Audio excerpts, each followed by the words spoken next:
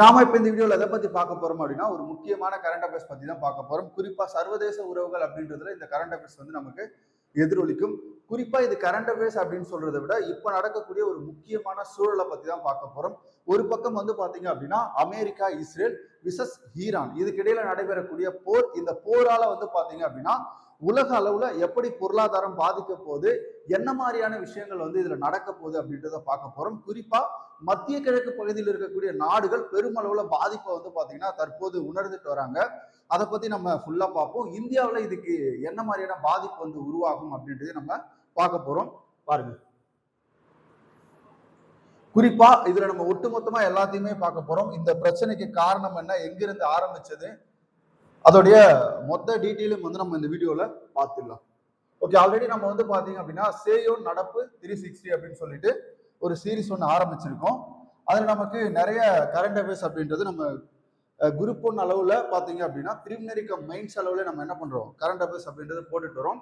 இன்னைக்கு நம்ம பார்க்கக்கூடிய ஒரு முக்கியமான டாபிக் இஸ்ரேல் ஈரான் மற்றும் அமெரிக்கா இடையிலான போர் பத்தி தான் பார்க்க போறோம். இந்த போருக்கான காரணம் என்ன அப்படின்றத பார்க்க போறோம். குறிப்பா பிப்ரவரி 28, 2026 மத்திய கிழக்கு நாடுகள்ல ராணுவ நடவடிக்கை அப்படின்றது பொதுவா தொடங்கப்பட்டது. இந்த ராணுவ நடவடிக்கை அப்படின்றது வந்து பாத்தீங்கன்னா வான்வழி தாக்குதலா தொடங்கப்பட்டிருக்கு. இதுல குறிப்பா பாத்தீங்க அப்படின்னா எந்தெந்த நாடுகள் சம்பந்தப்பட்டிருக்கு அப்படின்னு பாத்தீங்கன்னா இஸ்ரேல், அதுக்கப்புறம் வந்து பாத்தீங்க அப்படின்னா ஈரான், அதுக்கப்புறம் வந்து பாத்தீங்கன்னா அமெரிக்கா. இந்த 3 நாடுகள் தான் வந்து இந்த ராணுவ நடவடிக்கையில ஈடுபட்டு இருக்காங்க. இது குறிப்பா எப்ப தொடங்குச்சு அப்படின்னு பாத்தீங்கன்னா பிப்ரவரி 28, 2026 தொடங்கி இருக்கு. இது எப்ப முடியும் அப்படின்றது நம்ம வெயிட் பண்ணி தான் பார்க்கணும்.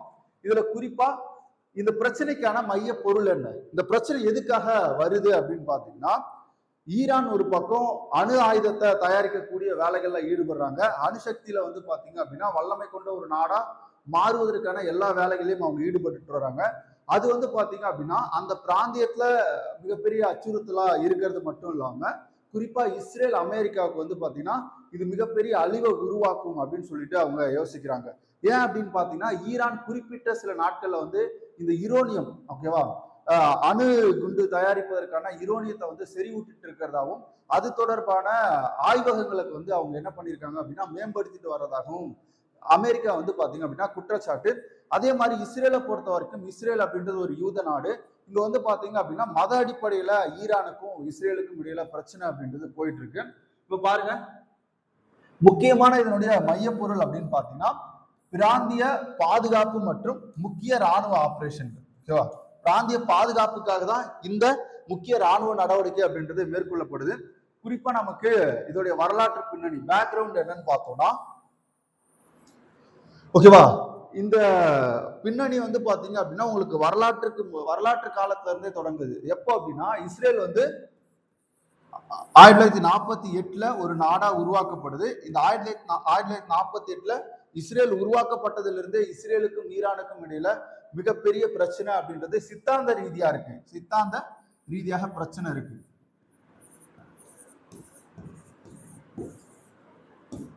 சித்தாந்த ரீதியா இங்க பிரச்சனை அப்படின்றது இருந்துட்டு இருக்கு. குறிப்பா பாருங்க, 2015 வந்து பாத்தீங்க அப்படின்னா ஈரானோட ஒரு அணுசக்தி ஒப்பந்தம் ஒண்ணு போடப்படுது. இதுல வந்து குறிப்பா வந்து பாத்தீங்கன்னா அமெரிக்கா, அதே மாதிரி அரேபிய கண்ட்ரிகள் இருக்காங்க இல்லையா, அதுல குறிப்பிட்ட சில நாடுகள், அதே மாதிரி ஐரோப்பிய நாடுகள், இது எல்லாமே இந்த 2015 ஆண்டுக்கான ஈரான் அணுசக்தி ஒப்பந்தத்துல வந்து பாத்தீங்கன்னா கையொப்பமிடுறாங்க. இதுல என்ன சொல்லப்பட்டது அப்படின்னா ஈரான் அணுசக்தி தொடர்பான நடவடிக்கைகள்ல இனிமேல் ஈடுபடக்கூடாது, அணுசக்தி தொடர்பான தனிமங்களை வந்து செறிவூட்டி வைக்கிறது, ஈரோனியத்தை செறிவூட்டி வைக்கிறது, அது தொடர்பான ஆய்வகங்களை வந்து பாத்தீங்கன்னா நீங்க மேம்படுத்துறது, இந்த மாதிரி நடவடிக்கை எல்லாம் ஈடுபடக்கூடாது அப்படின்னு சொல்லிட்டு இந்த ஒப்பந்தத்துல என்ன பண்ணிருப்பாங்க அப்படின்னா நிறைய நாடுகள் கையொப்பமிட்டிருப்பாங்க. அதுல குறிப்பா வந்து பாத்தீங்கன்னா அமெரிக்காவும் ஒரு முக்கிய பங்குதாரரா இருந்திருப்பாங்க.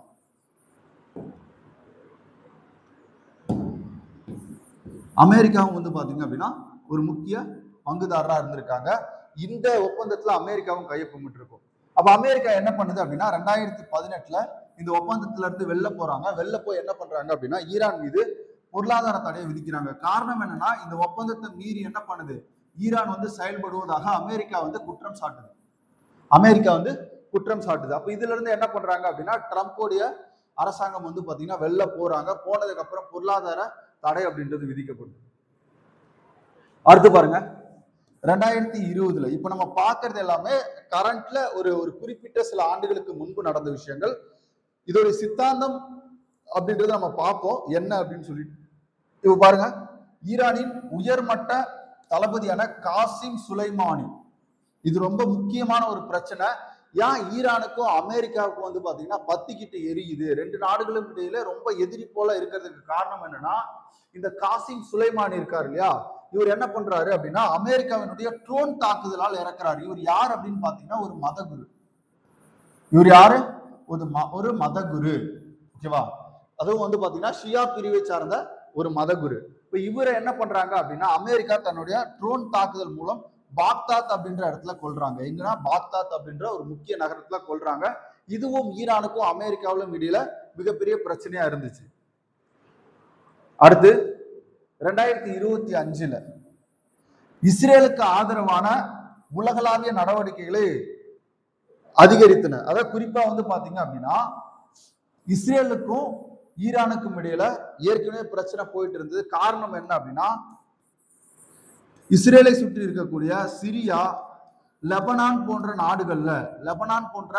நாடுகள்ல தீவிரவாத குழுக்களை ஆதரிக்கக்கூடிய பொறுப்பு ஈரான் வந்து என்ன பண்ணும் அப்படின்னா, ஈரான் அந்த ஷியா பிரிவை சார்ந்த நாடுகள் இருக்கு இல்லையா முஸ்லிம்ல, அந்த நாடுகள்ல தன்னுடைய செல்வாக்கை செலுத்தி அதன் மூலம் அங்கு தீவிரவாத குழுக்களை உருவாக்கி அந்த தீவிரவாத குழுக்கள் மூலம் என்ன பண்றாங்க அப்படின்னா இஸ்ரேல வந்து பாத்தீங்கன்னா பாதிப்பு உள்ளாக்குறாங்க. அதுல குறிப்பா சிரியா, லெபனான் போன்ற நாடுகள். காசாவில கூட வந்து பாத்தீங்கன்னா இந்த ஹமாஸ் தீவிரவாதிகள் இருக்காங்க இல்லையா, இந்த ஹமாஸ் தீவிரவாதிகள் யாருடைய கண்ட்ரோல்ல இருக்காங்க அப்படின்னு பாத்தீங்கன்னா ஈரானோட கண்ட்ரோல்ல இருக்காங்க. அப்போ இஸ்ரேலியா வந்து தயங்காம வந்து பாத்தீங்கன்னா ஈரானை தாக்குறாங்க அப்படின்னா, ஈரான் இருந்துச்சு அப்படின்னா கண்டிப்பா நமக்கு என்ன ஒரு ஆபத்தை உருவாக்கும். ஏன்னா யூதர்கள் வந்து இங்க கிட்டத்தட்ட ஒரு 80 லட்சம் பேர் உள்ள ஒரு சிறிய நாடு தான் வந்து பாத்தீங்கன்னா இஸ்ரேல். ஆனா அவங்க தகவல் தொழில்நுட்பம், ராணுவ வலிமையில மிகப்பெரிய நாடு. ஆனா அந்த நாட்டை வந்து பாத்தீங்க அப்படின்னா டார்கெட் பண்ணிட்டே இருக்காங்க. அதுதான் ரொம்ப முக்கிய காரணம் பாருங்க. அதே மாதிரி ஈரானுடைய நெட்வொர்க்கை பொறுத்த வரைக்கும் பாருங்க, ஆதரவு அமைப்புகள் ஈராக்ல அவருக்கு இந்த ஈரானுக்கு ஆதரவு அமைப்பு இருக்கு. அதே மாதிரி சிரியாவில் அதற்கு ஆதரவான அமைப்பு இருக்கு. அதே மாதிரி லெபனான்ல வச்சிருக்காங்க. இப்ப இவங்க எல்லாமே வந்து பாத்தீங்க அப்படின்னா இஸ்ரேல் போன்ற நாடுகளோட அருகருக்குல இருக்கிறதுனால ஈரான் என்ன பண்ணுது அப்படின்னா இஸ்ரேலை ஒட்டு மொத்தமா அழிக்கணும். ஈரானுடைய முக்கிய நோக்கம் என்னன்னா இஸ்ரேல் அப்படின்ற ஒரு நாடே இருக்கக்கூடாது, அங்க பாலஸ்தீனம், பாலஸ்தீனம் அப்படின்றத உருவாக்கணும் அப்படின்றதுதான் அவங்களுடைய நோக்கம். அப்ப இஸ்ரேல் இருக்கக்கூடாதுன்னு நினைக்கக்கூடிய நாடு எது அப்படின்னு பாத்தீங்கன்னா ஈரான். அந்த ஈரான் என்ன பண்ணுது அப்படின்னா இந்த ஈராக், சிரியா, லெபனான், ஏமன் ஆகிய நாடுகள்ல தங்களுடைய ஷியா போராளி குழு இருக்கு இல்லையா, ஷியா போராளி குழு, நம்ம இஸ்லாமை பொறுத்த வரைக்கும் சுன்னி போராளிகள், அதுக்கப்புறம் ஷியா போராளிகள் அப்படின்னு சொல்லுவாங்க. இந்த ரெண்டு வகையான முஸ்லீம் இனம் தான் வந்து பாத்தீங்கன்னா இருக்கு. ஒன்னு ஷியா பிரிவு, இன்னொன்னு சன்னி பிரிவு அப்படின்னு சொல்லுவாங்க. இப்ப இந்த சன்னி பிரிவை பொறுத்த வரைக்கும் இப்போ பாகிஸ்தான் இந்த மாதிரி நாடுகள்ல வந்து பாத்தீங்கன்னா கொஞ்சம் பேர் அங்கங்க வந்து பாத்தீங்கன்னா இருப்பாங்க. அதே மாதிரி இந்த வளைகுடா நாடுகள் எடுத்துக்கிட்டீங்கன்னா வளைகுடா நாடுகள்ல வந்து பாத்தீங்கன்னா இந்த சன்னி பிரிவை சேர்ந்தவர்கள் நிறைய பேர் இருப்பாங்க. அதனாலதான் வளைகுடா நாடுகள்ல குறிப்பா வந்து பாத்தீங்கன்னா சவுதி அரேபியா, கத்தாரு, ஓகேவா, இந்த மாதிரி நாடுகள் இருக்கு இல்லையா, இப்ப இவங்க எல்லாமே வந்து ஈரானுக்கு எதிராகவே இருப்பாங்க. ஏன்னா ஈரானை பொறுத்த வரைக்கும் ஷியா பிரிவு தான் மிக உயர்ந்த பிரிவா அவங்க நினைச்சிட்டு இருக்காங்க.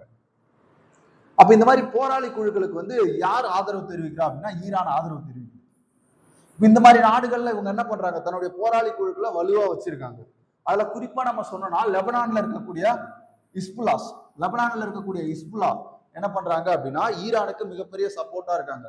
அப்ப இஸ்ரேல் போன்ற நாடுகள் வந்து பாத்தீங்கன்னா ஈரான் நேரடியாக தாக்கும் போது இந்த இஸ்புல்லா போன்ற அமைப்புகள் என்ன பண்ணுது, ஈரானோடு கை கோர்த்து இஸ்ரேலை தாக்கக்கூடிய வேலைகள்ல ஈடுபடுறாங்க. அப்ப இது வந்து பாத்தீங்க அப்படின்னா இந்த இஸ்புல்லாஸ் வந்து என்ன பண்ணுவாங்க அப்படின்னா இஸ்ரேல் எல்லையில மிகப்பெரிய பதட்டத்தை உருவாக்குறாங்க. இப்ப ஈரான் வந்து டைரக்டா இஸ்ரேலை அடிக்கிறதுக்கு முன்னாடியே இந்த இஸ்புல்லாஸ் என்ன பண்ணுவாங்க அப்படின்னா இஸ்ரேலை அடிச்சிருவாங்க. அதே மாதிரி ஹேமன்ல எடுத்துக்கிட்டீங்க அப்படின்னா இந்த ஹவுதிஸோடைய வேலை என்னன்னா செங்கடல் இருக்கு இல்லையா, இந்த செங்கடல் பகுதியில் போகக்கூடிய அமெரிக்க கப்பல்களை தாக்குறது, அமெரிக்க கப்பல்களை தாக்கி வர்த்தக இழப்பை உருவாக்குறது. அதே மாதிரி ஈரானுக்கு யாரெல்லாம் எதிரியோ அவங்களுடைய அந்த நாடுகளுடைய கப்பலை என்ன பண்ணுவாங்க, தாக்கி கொள்ளடிப்பாங்க. செங்கடல் பகுதியில கடல் போக்குவரத்துல மிகப்பெரிய அச்சுறுத்தலா இருக்கக்கூடிய இந்த ஹவுதிஸ் யாருடைய கண்ட்ரோல் அப்படின்னு பாத்தீங்கன்னா ஈரானுடைய கண்ட்ரோல். அப்ப இவங்க என்ன பண்றாங்க, செங்கடல் பகுதிகளில் கப்பல் போக்குவரத்து மீது நிறைய தாக்குதலாம் நடத்துறாங்க. அப்ப இது எல்லாமே என்ன, ஈரானை தாக்குறதுக்கான ஒரு முக்கிய நோக்கம். அடுத்து பாருங்க, கூட்டணி. இப்ப ரஷ்யா, சைனா, ஈரான் வந்து பாத்தீங்க அப்படின்னா ஒரு கூட்டணி. இவங்க வந்து ஒரு செட் ஆஃப் இடத்துல வந்து பாத்தீங்கன்னா ஈரானுக்கு வந்து ஒத்துழைப்பு கொடுப்பாங்க. இப்போ ரஷ்யா கூட என்ன பண்ணிருக்கு அப்படின்னா, என்னுடைய நெருங்கிய கூட்டாளியான ஈரான் மீது அமெரிக்கா தாக்குதல் நடத்துவதை நிறுத்தணும் அப்படின்னு சொல்லியிருக்காங்க. இல்லைன்னா நாங்களே போர்ல ஈடுபடுவோம் அப்படின்னு சொல்லியிருக்காங்க. அப்ப பாருங்க, ரஷ்யா, சீனா, ஈரான் இவங்க ஒரு பக்கம் இருப்பாங்க. இந்தியா எப்பவுமே நடுநிலை தான், அது நம்ம பார்ப்போம். அடுத்து பாருங்க, இதுல இந்தியா மீதான தாக்கம் எப்படி இருக்கும், இம்பாக்ட் ஆஃப் இந்தியா அப்படின்னு பார்க்கும்போது, இப்போ இஸ்ரேல், இந்தியா, ஓகேவா. இதுல நம்ம இன்னும் வந்து என்னன்னா முக்கியமான சில டேட்டாஸ் எல்லாம் வச்சிருக்கோம். இந்த ஒவ்வொரு ராணுவ நடவடிக்கையும் பேர் வந்து கொடுத்திருக்காங்க. அந்த ராணுவ நடவடிக்கை பத்தி பார்ப்போம். இது ரொம்ப முக்கியமான ஒரு வீடியோ. இது முழுசா பார்த்தா உங்களுக்கு ஏன் போர் நடக்குது அப்படின்றது தெரியும். இப்ப இஸ்ரேல் இந்தியாவுக்கு இடையிலான அந்த பாதுகாப்பு நட்பு எப்படி இருக்கு, இந்தியா இஸ்ரேலுடைய நட்பு பாத்தீங்க அப்படின்னா, பாதுகாப்பு துறையில நம்ம மிகப்பெரிய அளவுல ஒப்பந்தங்களை போட்டிருக்கோம். அதே மாதிரி டெக்னாலஜி அளவுல நம்ம ரெண்டு பேரும் என்ன பண்றோம் அப்படின்னா, மிகப்பெரிய அளவுல ஒரு மிகப்பெரிய கூட்டாளியா இருக்கும். பிரதமர் கூட என்ன பண்ணிருக்காரு, தற்போது இஸ்ரேல் வந்து போயிருக்காரு. அதுல ஒரு 16ல இருந்து 17 ஒப்பந்தங்கள் வந்து பாத்தீங்கன்னா கையொப்பமிட்டு இருக்கோம். அடுத்து பாருங்க, ஈரானுக்கும் இந்தியாவுக்கும் எப்படி உறவு இருக்கு, நம்ம ஏன் வந்து நடுநிலையில இருக்கோம் அப்படின்னா, இப்ப சாஃபர் துறைமுகம் இருக்கு இல்லையா, இந்த சாஃபர் துறைமுகத்தை நம்ம சார்ந்து இருக்கோம். எதுக்காக அப்படின்னா, வர்த்தகத்துக்காக. குறிப்பா வந்து பாத்தீங்க அப்படின்னா, ஏற்றுமதி இறக்குமதி சார்ந்து நம்ம சாபர் துறைமுகத்தை சார்ந்து இருக்கோம். சாபர் துறைமுகத்துல நம்ம நிறைய திட்டங்களையும் கொண்டு வந்திருக்கோம். மேம்பாடுக்காக நம்ம சில நிதிகளையும் வருஷம் வருஷம் என்ன பண்றோம், ஒதுக்கிட்டு இருக்கோம். அப்ப ஈரானுக்கும் இந்தியாவுக்கும் இடையில இந்த சாஃபர் துறைமுகம் அப்படி ரொம்ப முக்கியமான ஒரு துறைமுகம், நம்ம என்ன பகிர்ந்துக்கிறோம். அடுத்து பாருங்க, அமெரிக்காவுக்கும் இந்தியாவுக்கும் என்ன உறவு அப்படின்னு பாத்தீங்கன்னா, நம்ம வந்து உத்திசார் கூட்டணி, ஓகேவா. இந்த ஸ்ட்ராட்டஜிக் பார்ட்னர்ஸ் அப்படின்னு சொல்லுவாங்க. குறிப்பா வந்து பாத்தீங்க அப்படின்னா, ஒரு நல்ல ரிலேஷன்ஷிப்ல இந்தியாவும் அமெரிக்காவும் இருந்துச்சு. ஆனா ட்ரம்ப் வந்ததுக்கு அப்புறம் அதுல சில சிக்கல்கள் வந்துச்சு. நிறைய வரி விதிப்பு சம்பந்தமான நிறைய நெருடல்களும் உருவாயிருக்கும். பாருங்க, அடுத்தது இதுல குறிப்பா பொருளாதாரம் அப்படின்னு பாத்தீங்கன்னா, செங்கடல் வழித்தடத்துல கப்பல் போக்குவரத்து மிக பெரிய அளவுல இருக்கு. அப்போ இந்த செங்கடல் பகுதி எப்போ வந்து பாத்தீங்க அப்படின்னா ஒரு உக்கிரமா இருக்கும் அப்படின்னா, இந்த மத்திய கிழக்கு பகுதியில, குறிப்பா இந்த மாதிரி ஈரான் மீது போர் தொடுக்கும் போது வளைகுடா நாடுகள் மேல என்ன பண்ணும், குறிப்பா இந்த ஈரான் வந்து பாத்தீங்கன்னா அது சம்பந்தமான சில நாடுகள் மீது, அதாவது வந்து பாத்தீங்க அப்படின்னா அமெரிக்காவுடைய ஏர்பேஸ் வந்து எங்கெல்லாம் இருக்கோ அங்க எல்லாமே, இப்ப கத்தார்ல ஏர்பேஸ் இருக்கு, குவைத்ல ஏர்பேஸ் இருக்கு, சவுதி அரேபியால ஏர்பேஸ் இருக்குன்னா அங்க எல்லாம் தாக்குவாங்க. அப்ப அந்த நாடுகளும் என்ன பண்ணும் அப்படின்னா போர்ல ஈடுபடக்கூடிய வாய்ப்பு இருக்கும். அப்ப இந்த செங்கடல் பகுதியில ஒட்டுமொத்தமா வந்து பாத்தீங்கன்னா அந்த விமான போக்குவரத்து அப்படின்றது தடைபெறும். இது மிகப்பெரிய பொருளாதார விநியோக சங்கிலியை என்ன பண்ணும், உடைக்கும்.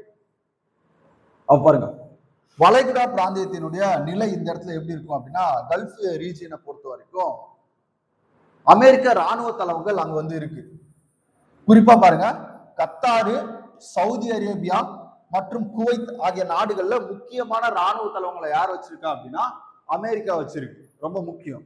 அப்ப இங்க எல்லாமே என்ன பண்றாங்க அப்படின்னா, ஈரான் நேரடியாக தாக்குதலை தொடுக்கிறாங்க. அமெரிக்கா மீது நேரடியாக தாக்குதலை தொடுக்காம அமெரிக்காவுடைய ராணுவ தளங்கள் எங்க இருக்கோ அங்க எல்லாம் என்ன பண்றாங்க, ஈரான் வந்து தாக்குதல் நடத்துறாங்க.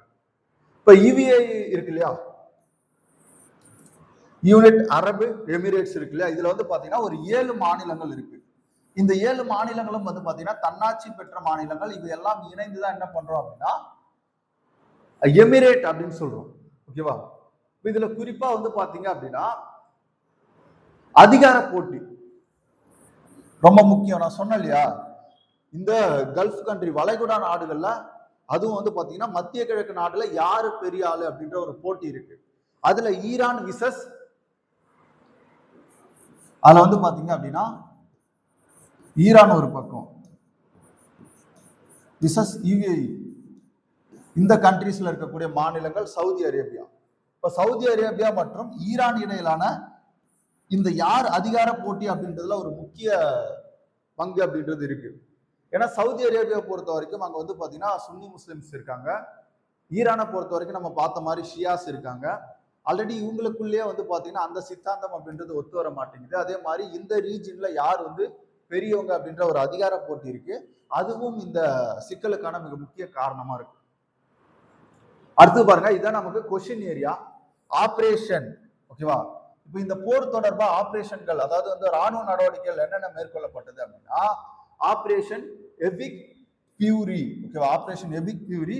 இதை வந்து அறிவிச்சது யார் அப்படின்னா, அமெரிக்க அதிபரா இருக்கக்கூடிய ட்ரம்ப் அவர்கள், டொனால்ட் ட்ரம்ப் அவர்கள் அறிவிக்கிறாரு. ஓகேவா? அப்போ அமெரிக்கா சார்பா மேற்கொள்ளக்கூடிய ராணுவ நடவடிக்கை என்ன அப்படின்னா ஆபரேஷன் எபிக் பியூரி. ரொம்ப முக்கியம்.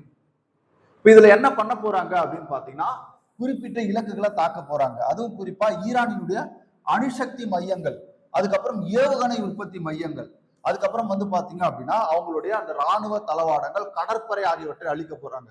அப்ப பாருங்க, இதுல என்னன்னா அமெரிக்காவும் இஸ்ரேலும், யூஎஸ் இருக்கு இல்லையா, அதுக்கப்புறம் வந்து பாத்தீங்கன்னா இஸ்ரேல், அமெரிக்காவும் இஸ்ரேலும் இதை மிக நீண்ட நாட்களாக திட்டமிட்டு இந்த தாக்குதலில் ஈடுபட்டிருக்காங்க.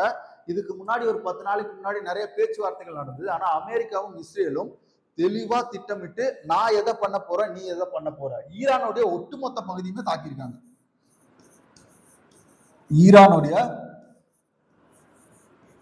ஈரானுடைய ஒட்டுமொத்த பகுதியும் தாக்கியிருக்காங்க.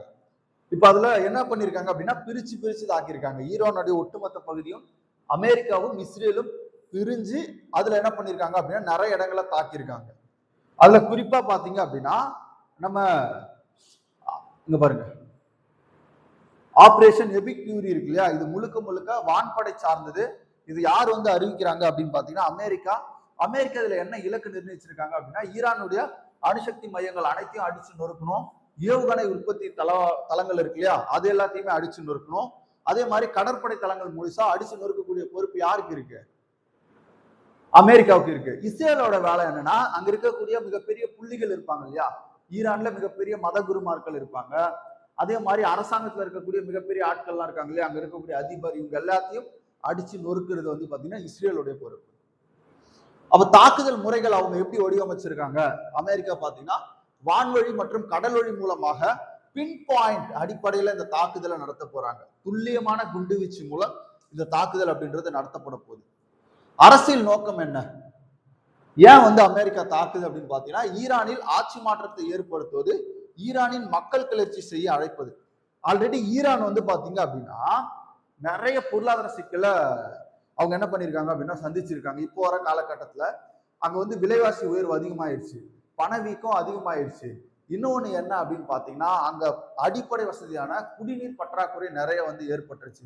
இதனால மக்கள் வந்து அரசுக்கு எதிராக போராடிட்டு இருக்காங்க. அப்படி போராடின மக்கள்ல கிட்டத்தட்ட ஒரு 3000 பேர்கிட்ட என்ன பண்ணிருக்காங்க அப்படின்னா ஈரான் அரசாங்கம் தன்னுடைய சொந்த நாட்டு மக்களை கொண்டு இருக்காங்க. அப்ப இதெல்லாம் என்ன பண்றாங்க அப்படின்னா, இஸ்ரேலும் அமெரிக்காவும் பிளான் பண்ணி யோசிச்சு இந்த டைம்ல நம்ம தாக்கணும்னா அந்த மக்கள் வந்து ஈரான் அரசுக்கு சப்போர்ட்டா வரமாட்டாங்க, மக்கள் வந்து பாத்தீங்கன்னா கிளர்ச்சியில ஈடுபடுவாங்க. அப்ப ஈஸியா என்ன பண்ணலாம், ஈரான்ல அமெரிக்காவுக்கு ஃபேவரான ஒரு அரசாங்கத்தை உருவாக்கிடலாம் அப்படின்றதுதான் அமெரிக்காவுடைய நோக்கம். அடுத்தது ஆபரேஷன் ரோரிங் லயன். ஓகேவா? ஆபரேஷன் ரோரிங் லயன் அப்படின்னா சிங்கத்தின் கர்ஜனை. சிங்கத்தின் கர்ஜனை. யார் இந்த சிங்கத்தின் கர்ஜனை அப்படின்னு பாத்தீங்கன்னா நம்ம இஸ்ரேல். ஓகேவா? இஸ்ரேலுடைய ராணுவ நடவடிக்கை ஆபரேஷன் ரோரிங் லயன் அப்படின்னு சொல்லுவாங்க. இஸ்ரேல் தனது ராணுவ நடவடிக்கை இந்த பெயரை வச்சிருக்காங்க. முக்கிய நிகழ்வு என்ன பாத்தீங்கன்னா, நம்ம பார்த்த மாதிரி அமெரிக்காவுடைய வேலை என்னன்னா, அங்க இருக்கக்கூடிய முக்கிய அணுசக்தி மையங்களையும், அங்க இருக்கக்கூடிய அணு உலைகளையும், அதே மாதிரி வந்து பாத்தீங்க அப்படின்னா அங்க இருக்கக்கூடிய அந்த ஆய்வகங்களை தாக்கி முடிக்கிறது, அதே மாதிரி ராணுவ தளவாடங்களை தாக்கி முடிக்கிறது. இப்போ இஸ்ரேலுக்கு டார்கெட் என்னன்னா, ஈரானுடைய உச்சபட்ச அரசு பதவியில் இருக்கக்கூடிய தலைவரான ஹயதுல்லா அலி கமானி, இவர் தான் வந்து மதகுரு. அங்க வந்து பாத்தீங்கன்னா மக்களால் தேர்ந்தெடுக்கப்பட்ட ஒரு அரசாங்கம் இருக்கு. ஆனா அந்த அரசாங்கத்துக்கு மேல சுப்ரீம் ஒரு பவர் யாரு பாத்தீங்கன்னா இந்த அயதுல்லா அலி கமேனி அவர்கள் இருக்காரு. இப்ப இவர் என்ன பண்ணிருக்காங்க அப்படின்னா கொன்னு இருக்காங்க. இவர் வந்து இறந்துட்டாரு. இஸ்ரேல் வந்து அந்த அளவுக்கு ஸ்கெட்ச் போட்டு என்ன பண்ணிருக்காங்க அப்படின்னா ஒர்க் வந்து பண்ணிருக்காங்க. அதுல ஈரானினுடைய உச்ச தலைவரான அயதுல்லா அலி கமேனி அவர்கள் கொல்லப்பட்டிருக்காரு. ஈரான் அரசு இதற்கு வந்து பாத்தீங்கன்னா 40 நாட்கள் என்ன பண்ணிருக்காங்க அப்படின்னா துக்கத்தை வந்து அனுசரிப்பதா சொல்லியிருக்காங்க. அப்ப இஸ்ரேலோடைய ஒர்க் என்னன்னு பாத்தீங்கன்னா அங்க இருக்கக்கூடிய முக்கிய தலைகளை தூக்கணும். அதுக்கப்புறம் இதுக்கு ஈரானுடைய பதில் நடவடிக்கை என்ன அப்படின்னா operation end of the days அப்படின்னு சொல்றாங்க. Operation end of the days. அப்ப ஈரானுடைய பதில் நடவடிக்கைக்கு பேர் என்ன அப்படின்னா operation end of the days அப்படின்றது. அப்ப ஏவுகணையை வீசுறாங்க. இஸ்ரேல் மீதும் பக்ரைன், குவைத், கத்தார் மற்றும் ஐக்கிய அரபு அமீரகத்தில் உள்ள முக்கிய யுஎஸ்ஏ இருக்கு இல்லையா, அமெரிக்காவுடைய ராணுவ தளங்கள் மீது என்ன பண்றாங்க அப்படின்னா இவங்க தன்னுடைய ஏவுகணை வீச்ச செலுத்துறாங்க. குறிப்பா பக்ரைன்ல 5 ராணுவ ஏவு தளங்கள் அமெரிக்கா சொந்தமானதாக இருக்கு. அது எல்லாமே அடிச்சு நொறுக்கியிருக்காங்க.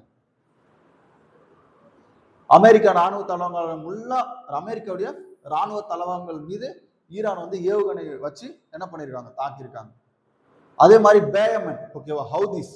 இந்த ஹவுதிஸோடைய ஒர்க் என்னன்னு பாத்தீங்கன்னா செங்கடல் பகுதியில கப்பல் மீது தாக்குதல் நடத்தி தொடங்கியிருக்காங்க. இது எல்லாமே வந்து பாத்தீங்கன்னா ஈரானுடைய முக்கிய கிளர்ச்சி அமைப்பு. அடுத்ததா எப்படி தாக்குதலை வடிவமைச்சிருக்காங்க இஸ்ரேலும் அமெரிக்காவும் பாத்தீங்கன்னா, ஈரானுடைய தலைநகர் இந்த இடத்த ஃபர்ஸ்ட் தாக்கணும், டெஹரான். ஈரானுடைய தலைநகரான டெஹரானை ஃபர்ஸ்ட் அடிக்கிறாங்க. அதுல குறிப்பா அரசு அலுவலகங்கள், அதுக்கப்புறம் கமேனியினுடைய வளாகம் இருந்த பகுதி வந்து இந்த டெஹரானே இதை அடிச்சு நொறுக்கியிருக்காங்க.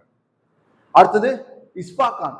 இஸ்பாகானை பொறுத்த வரைக்கும் இங்க வந்து பாத்தீங்கன்னா அணுசக்தி தளங்கள் மீது அமெரிக்கா என்ன பண்ணுது, தாக்குதல் நடத்திருக்கு.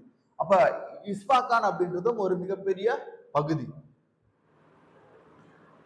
அடுத்தது தப்ரீஸ் மற்றும் கெர்மான்ஷா இந்த பகுதி, இது எல்லாமே எதுனா ஈரானுடைய பகுதி. அப்ப ராணுவ கட்டுப்பாட்டு மையத்தை தகர்த்திருக்காங்க. இந்த பகுதியில் இருக்கக்கூடிய ராணுவ கட்டுப்பாட்டு மையத்தை தகர்த்திருக்காங்க. அடுத்து பாருங்க, முக்கியமானது 2 விஷயம் நம்ம பார்ப்போம். ஒண்ணு வந்து பாத்தீங்கன்னா ஹார்மஸ் ஜலசந்தி, ஓகேவா. இந்த ஜலசந்திய ஈரான் மூட போவதாக அறிவிக்கிறாங்க. அப்ப இதை மூடினாங்கன்னா என்ன நடக்கும், இந்தியாவில் மிகப்பெரிய பாதிப்பு உருவாகும். ஏன் உருவாகும் அப்படின்றத சொல்றோம். எரிசக்தி மற்றும் பெட்ரோல் விலையோடைய உயர்வு அப்படின்றது அதிகரிக்கும். இப்போ நம்ம இங்க ஒரு பிக்சர் பார்ப்போம்.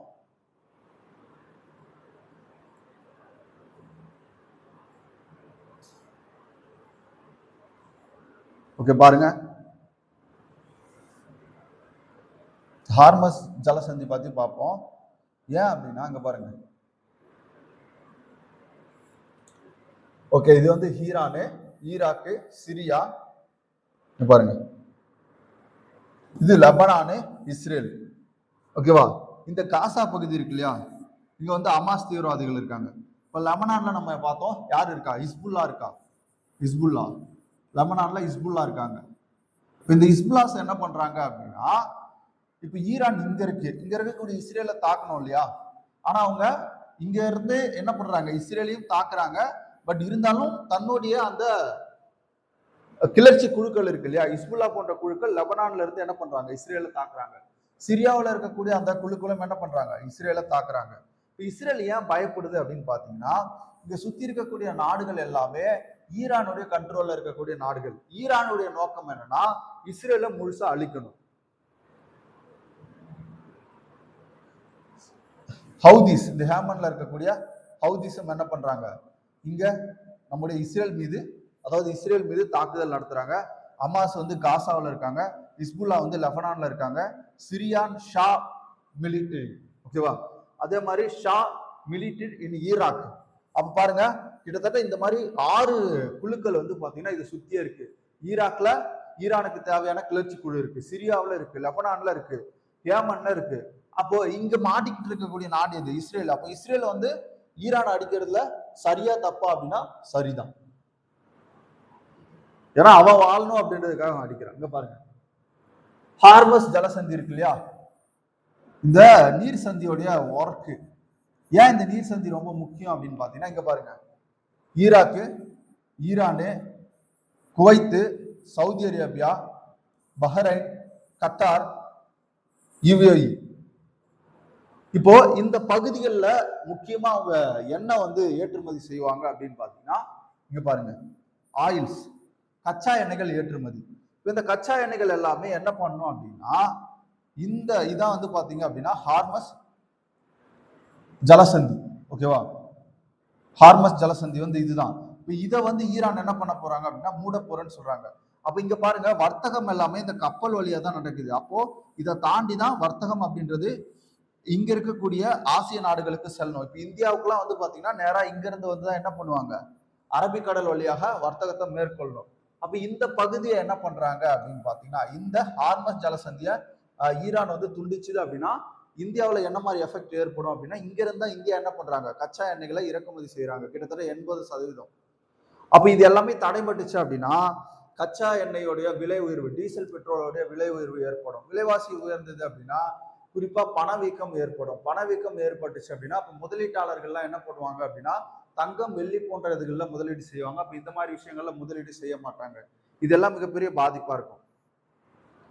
ஹார்மஸ் ஜலசந்தி, இங்க வந்து பாத்தீங்கன்னா கல்ஃப், ஓமன், அதுக்கப்புறம் வந்து பெர்சியன் கல்ஃப், ஓகேவா. இதை தாண்டி தான் வந்து பாத்தீங்க அப்படின்னா இந்த ஹார்மஸ் ஜலசந்தி அப்படின்றது இருக்கு. அப்ப இது வழியா தான் இருக்கக்கூடிய எல்லா நாடுகளும், Kuwait, Iraq, Saudi Arabia, Qatar, UAE, Iran, இவங்க எல்லாம் இந்த வழியா தான் என்ன பண்ணும், வர்த்தகம் செஞ்சாகணும். அப்போ அரேபியன் கடல் வழியா நம்ம என்ன பண்ணுவோம் அப்படின்னா வர்த்தகம் அப்படின்றது செஞ்சாகணும். அப்ப இது எல்லாமே என்ன பண்ணும், அங்க தடைபடும். இங்க பாருங்க, கிட்டத்தட்ட 20.3 மில்லியன் பார்ரல்ஸ் வந்து பாத்தீங்க அப்படின்னா ஆயில்ஸ் வந்து பாத்தீங்கன்னா இந்த வழியா தான் வந்து என்ன பண்ணிருக்காங்க அப்படின்னா ஏற்றுமதி அப்படின்றது நடக்குது. கிட்டத்தட்ட 290 மில்லியன் வந்து கியூபிக் மீட்டர் வந்து பாத்தீங்க அப்படின்னா எல்என்ஜி, இயற்கை எரிவாயுவும் வந்து இங்க இருந்தா எடுத்துட்டு வராங்க. கிட்டத்தட்ட வந்து பாத்தீங்க அப்படின்னா இந்தியாவை பொறுத்த வரைக்கும் 80% இறக்குமதி இதை நம்பிதான் வந்து பாத்தீங்கன்னா இருக்கு. அப்போ கடல் வழியா வந்து பாத்தீங்க அப்படின்னா இந்த 2 ரூட்ஸ் வந்து கடல் வழியா போயாகணும். அப்ப இது எல்லாமே வந்து பாத்தீங்கன்னா அங்க உங்களுக்கு தடைபடும். சரி, ஓகே, பார்க்கலாம் என்ன மாதிரியான நெருக்கடிகள் உலக நாடுகள் சந்திக்கும், இந்தியா சந்திக்கும் பார்க்கலாம்.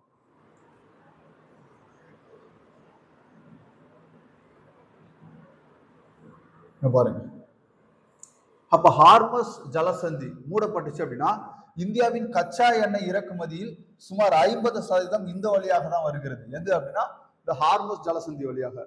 அப்ப ஈரான் இந்த ஜலசந்தியை மூடினால் இந்தியாவிற்கு எண்ணெய் விநியோகம் கடுமையாக பாதிக்கும். ஓகேவா, தட்டுப்பாடு ஏற்படும்.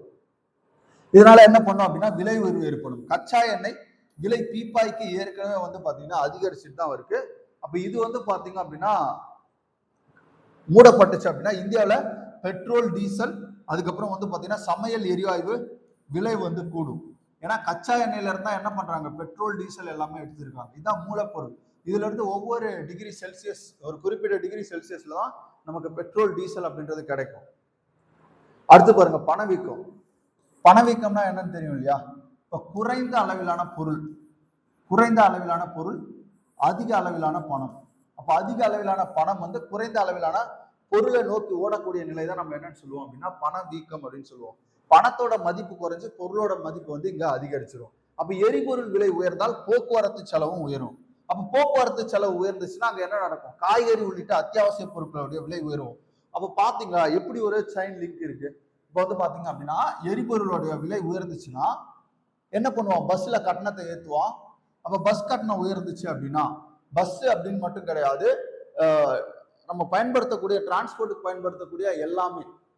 அப்ப இங்க போக்குவரத்து செலவு உயர்ந்துச்சுன்னா ஒரு சந்தையில இருந்து எடுத்துட்டு வரக்கூடிய காய்கறியோடைய விலையும் என்ன பண்ணுவாங்க, இந்த போக்குவரத்து செலவுலாம் சேர்த்துதான் வைப்பாங்க. அப்ப இதுல அத்தியாவசிய பொருட்களுடைய விலைகள் எல்லாமே உயர ஆரம்பிச்சிடும். அடுத்தது விமான போக்குவரத்து. வான்வெளி மூட போறாங்க. வான்வெளி மூடல் நடந்துச்சு அப்படின்னா இப்ப ஈரான், இஸ்ரேல் மற்றும் அண்டைய நாடுகள் வான்வெளி வந்து பாத்தீங்கன்னா மூடப்பட்டதுனால இந்தியாவிலிருந்து ஐரோப்பியாவுக்கு மற்றும் அமெரிக்காவுக்கு செல்லக்கூடிய இந்த விமானங்கள் வந்து ரத்து செய்யப்படும். இதனால வந்து பாத்தீங்க அப்படின்னா நிறைய தூரம் வந்து நம்ம சுத்தி செல்ற மாதிரி இருக்கும். அதுக்கான அந்த எரிபொருள் காஸ்டும் அதிகமாகும். பயணிகள் தவிர்ப்பு. இப்ப ஏர் இந்தியா, இண்டிகோ போன்ற நிறுவனங்கள் வளைகுடா நாடுகளுக்கான சேவையை தற்காலிகமாக மூடுறதுனால அந்த விமான சேவை நிறுவனங்கள்ல பணியாற்றக்கூடியவங்க வேலை இழப்பாங்க. அந்த நிறுவனங்களும் என்ன பண்ணுவோம், அதிகப்படியான இழப்பை சந்திச்சு வரும். அடுத்து பாருங்க, இந்தியர்களுடைய பாதுகாப்பு. இப்ப இந்த போர் நடைபெறக்கூடிய நாடுகள்ல இருக்கக்கூடிய இந்தியர்கள் இப்ப வந்து வேலைக்காக போயிருக்கலாம், கல்விக்காக போயிருக்கலாம். இப்ப இவங்களை மீட்டுட்டு வர்றது அப்படின்றது ரொம்ப ஒரு முக்கியமான சிக்கல் நடந்த விஷயமா இருக்கலாம். இதெல்லாம் இந்தியாவுக்கான பாதிப்புகள். அடுத்து பாருங்க, இந்த வளைகுடா நாடுகளை பொறுத்த வரைக்கும் ஐக்கிய அரபு அமீரகம், கத்தார் போன்ற நாடுகளுக்கு கோடிக்கணக்கான இந்தியர்கள் பணிபுரிகின்றனர். ஓகேவா, கிட்டத்தட்ட NRI, நான் ரெசிடென்ட் இந்தியன். ஓகேவா, கிட்டத்தட்ட எவ்வளவு பேர் இருக்காங்கன்னா 1.5 கோடி பேர், 1.5 கோடி பேர் கிட்ட வந்து பாத்தீங்கன்னா இந்த கல்ஃப் கண்ட்ரிஸ்ல வந்து பாத்தீங்கன்னா வளைகுடா நாடுகள்ல ஒர்க் பண்றாங்க. அப்ப அவங்களுடைய அந்த பாதுகாப்பு அப்படின்றது கேள்விக்குறியாகும். பங்குச்சந்தை மற்றும் பொருளாதாரம், இதுல குறிப்பா வந்து பங்குச்சந்தை சரிவு ஏற்படும். போர் செய்தி வெளியான உடனே பங்குச்சந்தை மிகப்பெரிய அளவுல குறைய ஆரம்பிச்சிடும். அதே மாதிரி ரூபாய் மதிப்பு, கச்சா எண்ணெய் இறக்குமதி செலவு அதிகரிப்பதால் அமெரிக்க டாலருக்கு நிகரான இந்தியாவுடைய மதிப்பும் என்ன பண்ணும் அப்படின்னா குறையக்கூடும். அதுக்கப்புறம் இந்தியாவினுடைய நிலைப்பாடு, இந்தியா இரு நாடுகளுடனும், அதாவது இஸ்ரேல் ஈரானுடனும் நல்ல நட்புறவு கொண்டிருக்கிறதுனால இந்தியா நேரடியா இதுல எந்த ஒரு சார்பாவும் நிலை எடுக்க மாட்டாங்க. முடிஞ்ச வரைக்கும் சமாதான பேச்சுவார்த்தை நடந்து சொல்லிதான் அழுத்தம் கொடுப்பாங்க.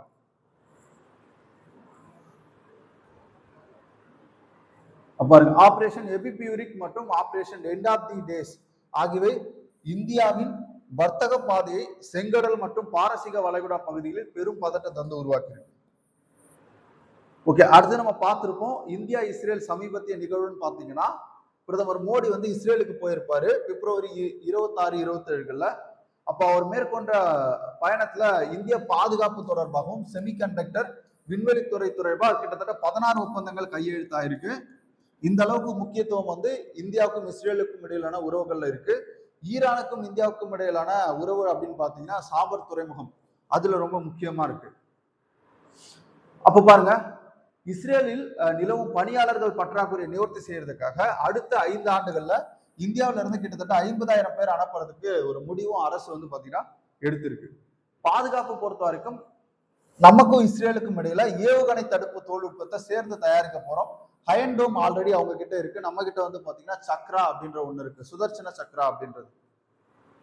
அடுத்து இந்தியா அமெரிக்காவுக்கு இடையில இருக்கக்கூடியது வர்த்தக போர். அதுல என்ன உங்களுக்கே தெரியும், ட்ரம்ப் வந்ததுல இருந்து நிறைய வர்த்தக போர்ல வந்து பாத்தீங்கன்னா வரி விதிப்பு அதிகப்படுத்தியிருக்காரு. அதுல சரி விரிசல் இருந்தாலும் நம்ம வந்து உத்திசார் கூட்டணியில ரொம்ப முக்கியமா இருக்கும். இப்ப அமெரிக்காவோட தொழில்நுட்பம், ஏஐ, குவாண்டம், விண்வெளி இந்த மாதிரியான துறைகளை நம்ம என்ன பண்றோம், அவங்கள சார்ந்து செயல்படக்கூடிய நிலை இருக்கு. இந்தியா ஈரானை பொறுத்த வரைக்கும் நம்ம எரிசக்தி பாதுகாப்பு மற்றும் மத்திய ஆசியாவிற்கான நுழைவாயிலா இருக்கக்கூடிய அந்த பகுதியில நம்ம சார்ந்து இருக்கோம்.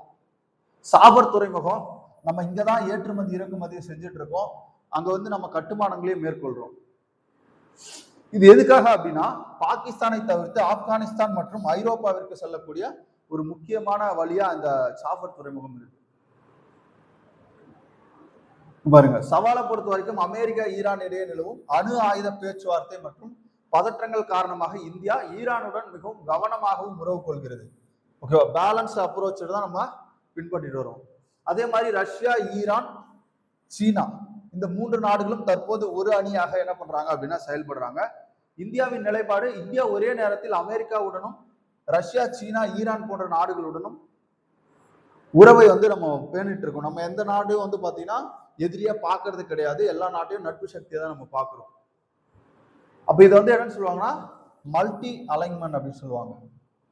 அப்ப இந்தியா சமீபத்திய பதற்றம் பாத்தீங்கன்னா 2026 பிப்ரவரி இறுதியில் ஈரான் மீது இஸ்ரேல், அமெரிக்கா நடத்திய தாக்குதல் குறித்து இந்தியா தனது கவலையை தெரிவித்துள்ளதுடன் அதனை நாடுகள் மற்ற நாடுகளுடன் என்ன பண்ணும், எல்லை மதிக்க வேண்டும் அப்படின்னு சொல்லி வலியுறுத்தியிருப்பாங்க. ஓகே, இதுதான் வந்து பாத்தீங்கன்னா இந்த போருக்கான காரணம். இஸ்ரேல் இதுல இறங்குறதுக்கான காரணம் சித்தாந்த ரீதியாகவும் அவங்களுடைய பாதுகாப்புக்காகவும் தான் இறங்கியிருப்பாங்க.